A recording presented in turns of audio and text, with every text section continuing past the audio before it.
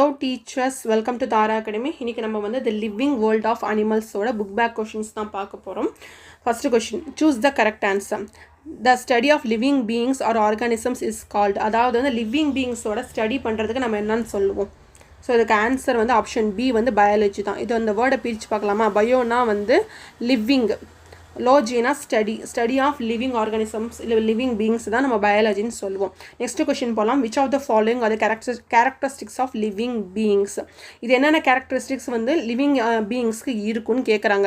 Respiration, ஆமாம் respiration வந்து நம்ம வந்து சுவாசிக்கிறதுக்கு ஹெல்ப்ஃபுல்லாக இருக்கும். நெக்ஸ்ட் ரீப்ரொடக்ஷன், இனப்பெருக்கம் பண்ணுறதுக்கு. நெக்ஸ்ட் வந்து அடாப்டேஷன் வந்து நம்ம வந்து ஒரு சூழலுக்கு ஏற்ற மாதிரி நம்ம வாழறதுக்கு இது வந்து யூஸ்ஃபுல்லாக இருக்கும் அடாப்டேஷன். எக்ஸ்கிரேஷன்னா வந்து கழிவுகளை வந்து வெளில தள்ளுறதுக்கு எக்ஸ்கிரேஷன். இது எல்லாமே தான் நம்மளுக்கு லிவிங் ஆர்கானிசம்க்கு தேவையான கேரக்டரிஸ்டிக்ஸ். ஸோ இதுக்கான ஆன்சர் என்னவாக இருக்கும்? 1 2 3 4 மூணுமே தான். ஆப்ஷன் டி தான் இதுக்கான, 4மே தான் இதுக்கான ஆன்சர் வந்து option D. Lizards breathe through their. So லேண்டில் இருக்க எல்லா அனிமல்ஸுமே வந்து லங்ஸு மூலமாக தான் வந்து ப்ரீத் இன் ப்ரீத் அவுட் பண்ணும். ஸோ இதுக்கான ஆன்சர் ஆப்ஷன் சி, லங்ஸு தான். நெக்ஸ்ட் ஆல் அனிமல்ஸ் நீட், எல்லா அனிமல்ஸ்க்கும் என்ன தேவை? ஃபுட் அண்ட் வாட்டர் மட்டும் போதுமா? வாட்டர் மட்டும் போதுமா? ஏரு, ஃபுட்டு, வாட்டர் மூணுமே. ஆமாம், இந்த மூணு தான் தேவை. ஏன்னா ஏரில் ஆக்சிஜன் இருக்குது, ஆக்சிஜன் நம்மளுக்கு தேவை. ஃபுட்டு தேவை, நம்ம வந்து எனர்ஜி மெயின்டைன் பண்ணுறதுக்கு ஃபுட்டு தேவை, வாட்டரும் தேவை. இது எல்லாமே பேலன்ஸாக இருந்தால் மட்டும்தான் நம்மளால் உயிர் வாழ முடியும். அனிமல்ஸ் மட்டும் இல்லை, நாம் ஹியூமன்ஸ்க்கும் தான், அனிமல்ஸ்குள்ளே தான் வரும் ஹியூமன்ஸும். So which animal has a special organs of breathing called gills. இந்த அக்வாட்டிக் அனிமல்ஸ்க்கு தான் இந்த கில்ஸ் இருக்கும். ஸோ இதில் எது அக்வாட்டிக் அனிமல்ஸ்? ஆப்ஷன் சி தான் வந்து இதுக்கான ஆன்சர். நெக்ஸ்ட் என்ன இருக்குது? Choose the set that represent only biotic component of a habitat. பயோட்டிக்னா லிவிங் காம்போனன்ட்ஸ். இதில் எது? ஆப்ஷன் ஏல என்னென்ன லிவிங் காம்போனன்ட்ஸ் இருக்குது? டைகர் இருக்குது, டீர் இருக்குது, கிராஸ், இதெல்லாம் லிவிங் ஆர்கானிசம்ஸ். சாயில் லிவிங் ஆர்கானிசமா? இல்லை. அப்போ இது இல்லை. ஸோ எல்லாமே லிவிங் ஆர்கானிசமாக இருக்கிறத மட்டும் தான் நம்ம வந்து டிக் பண்ணணும். பயோட்டிக் காம்போனன்ட்னா லிவிங் காம்போனன்ட் ஆஃப் அ ஹேபிட்டட்னா வாழும் இடம். ஸோ நெக்ஸ்ட் வந்து ராக்ஸ்க்கு லைஃப் இல்லை, சாயிலுக்கும் லைஃப் இல்லை, பிளான்ட்ஸ்க்கு இருக்குது, ஏருக்கும் இல்லை. ஸோ இதுவும் இல்லை. ஆப்ஷன் பியும் தப்பு தான். சாண்டுக்கு இல்லை, டர்ட்டிலுக்கு இருக்குது, கிராபுக்கு இருக்குது வாழ்வு, லிவிங் ஆர்கானிசம் தான். ராக்ஸ்க்கு இல்லை. ஸோ இந்த ஆப்ஷனே இல்லை. நெக்ஸ்ட்டு ஆப்ஷன் டி பார்க்கலாம். அக்வாட்டிக் பிளான்ட்ஸ்க்கு லைஃப் இருக்குது, ஃபிஷ்ஷுக்கு லைஃப் இருக்குது, ஃப்ராகுக்கு இருக்குது, இன்செக்ட்டுக்கு இருக்குது. அப்போனா இதுக்கு பயோட்டிக் காம்பனண்ட் ஆஃப் ஹேபிட்டடோட ஆப்ஷன் கரெக்டான ஆன்சர் பார்த்தீங்கன்னா ஆப்ஷன் டி தான் இதுக்கான கரெக்ட். நெக்ஸ்ட் வந்து which of the following cannot be called a habitat. எது வந்து நம்ம ஹேபிட்டட்னு சொல்ல முடியாது? ஸோ வந்து ஃபஸ்ட்டு வந்து desert with animals, desert with camels, இது ஹேபிட்டட் தான். ஏன்னா கேமல் வந்து டெசர்ட்டில் வாழுது. ஸோ இது ஒரு ஹேபிட்டட் தான். நெக்ஸ்ட் வந்து ஃபிஷ் அண்ட் ஸ்னெயில்ஸ் வந்து பாண்டில் வாழுது. ஸோ இது ஒரு ஹேபிட்டட் தான். நெக்ஸ்ட் வந்து வைல்டு அனிமல்ஸ் வந்து ஜங்கிளில் வாழுது. இந்த வைல்டு அனிமல்ஸ்க்கான வாழுற இடம் ஜங்கிள், கேமல்ஸ்க்கான வாழுற இடம் டெசர்ட், ஃபிஷ் அண்ட் ஸ்னேக்ஸ் வாழுற இடம் பாண்டு. ஆனால் கிரேசிங் கேட்டில் வந்து புல் சாப்பிட்டுட்டு போகுதுல்ல, ஸோ வந்து அது வந்து புல் மேய்க்கிற இடம் வந்து அதோட வாழும் இடமா அப்படின்னா இல்லை. ஓகேங்களா? இது வந்து நம்மளாவே ஆர்டிஃபிஷியலாக வந்து ஒரு ஆர்டிஃபிஷியல் மேனேஜ்மெண்ட். இது ஆர்டிஃபிஷியலாக நம்ம க்ரியேட் பண்ணது தான் இது. ஓகேங்களா? இது ஹேபிட்டட்னாங்கிறது என்னென்னா ஒரு இயற்கையாக வாழும் இடத்தை தான் நம்ம வந்து ஹேபிட்டட்னு சொல்லுவோம். பட் ஆனால் இது வந்து இல்லை. ஸோ இதுக்கான ஆப்ஷன் வந்து இதுதான் ராங். நெக்ஸ்ட் வந்து birds fly in the air with the help of, எதோட ஹெல்ப்புனால பேர்ட்ஸ் வந்து நல்லா ஃப்ளை பண்ண முடியுது? So soft hollow and light bones இருக்கணும். இதுதான் கரெக்ட்.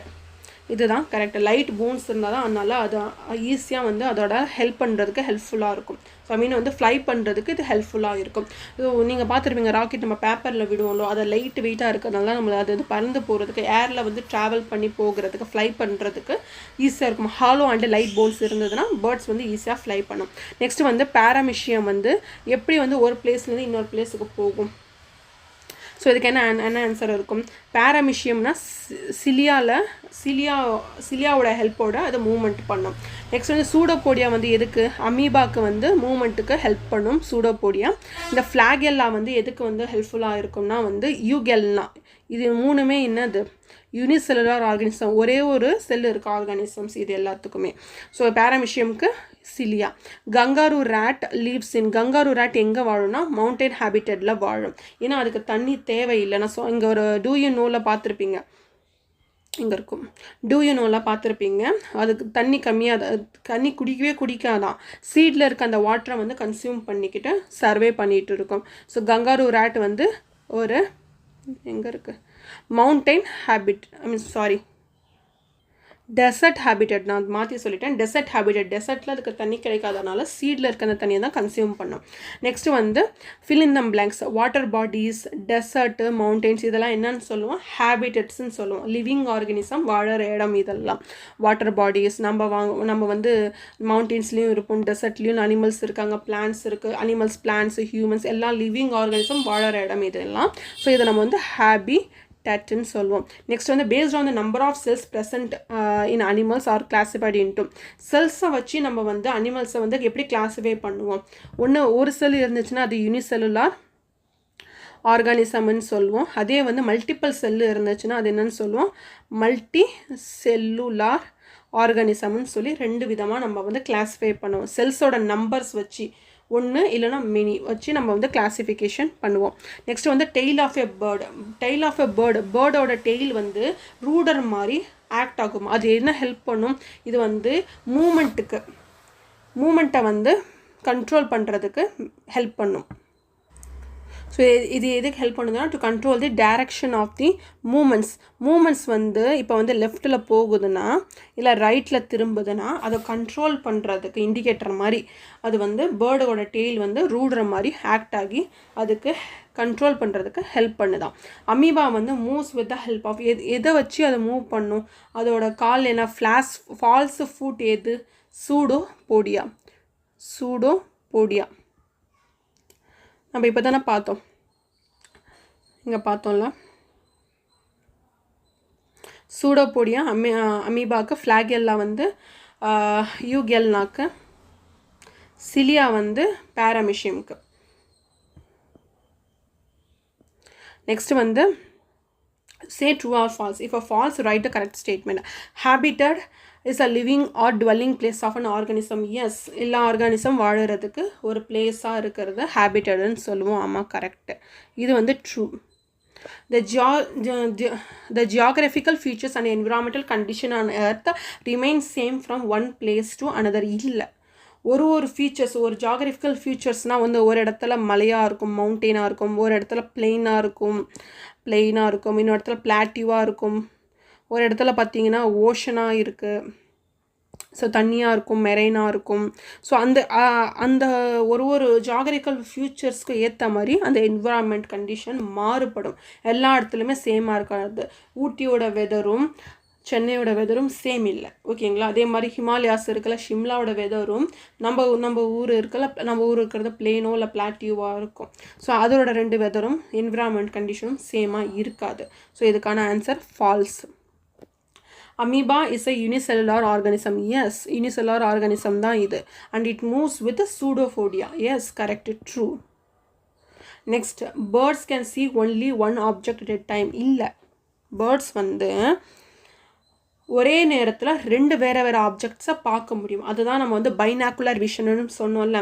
ஸோ பேர்ட்ஸ் இப்படி இருக்குன்னா அதோட பீக் இங்கே இருக்குன்னா கண்ணு இங்கே 2 இருக்குது. ஸோ ஒரே நேரத்தில் வேறு ஆப்ஜெக்ட்ஸை பார்க்க முடியுது. இதுதான் நம்ம வந்து பைனாக்குலர் விஷன்னு சொல்லுவோம்.